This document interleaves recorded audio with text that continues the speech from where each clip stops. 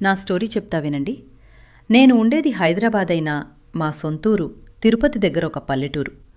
నా చిన్నతనం నుండి వేసవి సెలవుల్లో అందరం కజిన్స్ మా ఊర్లోనే ఎక్కువ శాతం గడిపేవాళ్లం. బాగా సరదాగా ఉండేది. అందరూ అన్నలు, అక్కలు, తమ్ముళ్ళు, చెల్లెళ్ళు.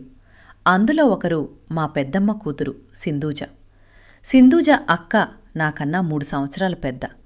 నాకు అక్క అనేగాని బాగా చనువుగా ఉంటుంది నాతో, ఒక ఫ్రెండ్లా. చిన్నప్పట్నుండి మా మధ్య మంచి బంధం ఉంది. సొంత తమ్ముడి కన్నా ఎక్కువ నేను అక్కకి. అక్కకి పెళ్ళయి 2 పిల్లలు హైదరాబాద్లో సెటిల్ అయ్యారు. నేను హైదరాబాద్కి రాకముందు వరకు తరచుగా ఫోన్లో మాట్లాడుకునేవాళ్లం. రీసెంట్గా నేను కూడా హైదరాబాద్ వచ్చాను జాబ్ మీద. కానీ నా దురదృష్టం ఏంటంటే మా బావకి అబ్రాడ్లో ప్లేస్మెంట్ వచ్చింది. బావ వెళ్లారు. కొన్ని నెలలయ్యాక వచ్చి అక్క పిల్లల్ని కూడా తీసుకెళ్తా అన్నారు.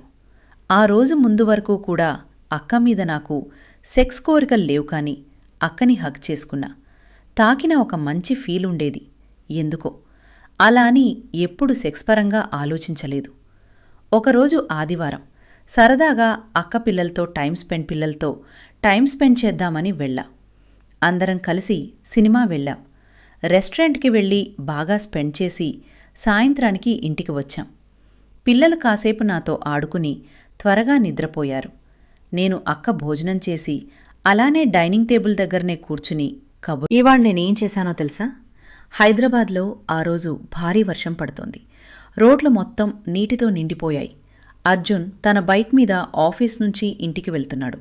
అప్పుడే బస్టాప్ దగ్గర ఒక అమ్మాయి వర్షంలో తడుస్తూ నిలబడి కనిపించింది. ఆమె పేరు అనన్య. చేతిలో చిన్న బ్యాగ్, ముఖంలో చిన్న చిరునవ్వు, కానీ కళ్లలో మాత్రం టెన్షన్. అర్జున్ బైక్ ఆపి అడిగాడు, ఎక్కడికెళ్ళాలి? అనన్య కొంచెం సిగ్గుపడుతూ, మెట్రో స్టేషన్ దగ్గర దించేస్తారా అంది. అర్జున్ నవ్వుతూ, వర్షంలో ఇలా నిలబడితే జలుబు వస్తుంది, ఎక్కండి అన్నాడు. అనన్య బైక్ ఎక్కింది. చల్లని గాలి, వర్షపు చినుకులు, ఇద్దరి మధ్య నిశ్శబ్దం. కొద్దిసేపటికి అనన్య జుట్టు నుంచి వచ్చిన పరిమళం అర్జున్కి తగిలింది. అతని మనసులో ఏదో కొత్త ఫీలింగ్ మొదలైంది. సిగ్నల్ దగ్గర బైక్ ఆగింది. అనన్య నెమ్మదిగా అడిగింది, మీరెప్పుడు ఇలా హెల్ప్ చేస్తారా? అర్జున్ నవ్వుతూ, అందమైన అమ్మాయిలకి మాత్రమే అన్నాడు. అనన్య నవ్వింది. ఆ నవ్వు చూసి అర్జున్ కొన్ని సెకండ్లు ఆమెనే చూస్తూ ఉండిపోయాడు. మెట్రో దగ్గరకు చేరుకున్నారు. వర్షం ఇంకా పడుతూనే ఉంది. అనన్య దిగుతూ, థ్యాంక్యూ అంది. అర్జున్ వెళ్ళిపోవడానికి ముందే ఆమె మళ్లీ పిలిచింది, ఒక్క నిమిషం. అతను తిరిగి చూశాడు. అనన్య దగ్గరకు వచ్చి, మళ్ళీ కలుస్తామా అని అడిగింది. అర్జున్ చిన్నగా నవ్వి, నువ్వు కోరుకుంటే ప్రతి వర్షంలో కలుస్తాను అన్నాడు. ఆ మాట వినగానే అనన్య కళ్ళలో చిన్న సిగ్గు. తర్వాతి రోజు అర్జున్ ఫోన్కు ఒక మెసేజ్ వచ్చింది. హాయ్, వర్షంలో లిఫ్ట్ ఇచ్చిన హీరో గుర్తున్నాడా? అర్జున్ ముఖంలో పెద్ద చిరునవ్వు. అలా మొదలైన చాట్ రోజురోజుకి ప్రేమగా మారింది.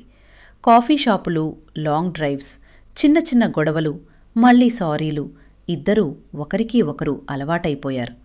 ఒకరోజు రాత్రి టెర్రస్ మీద వర్షం పడుతోంది. అనన్య చల్లగా వణికుతోంది. అర్జున్ తన జాకెట్ ఆమెకు వేశాడు.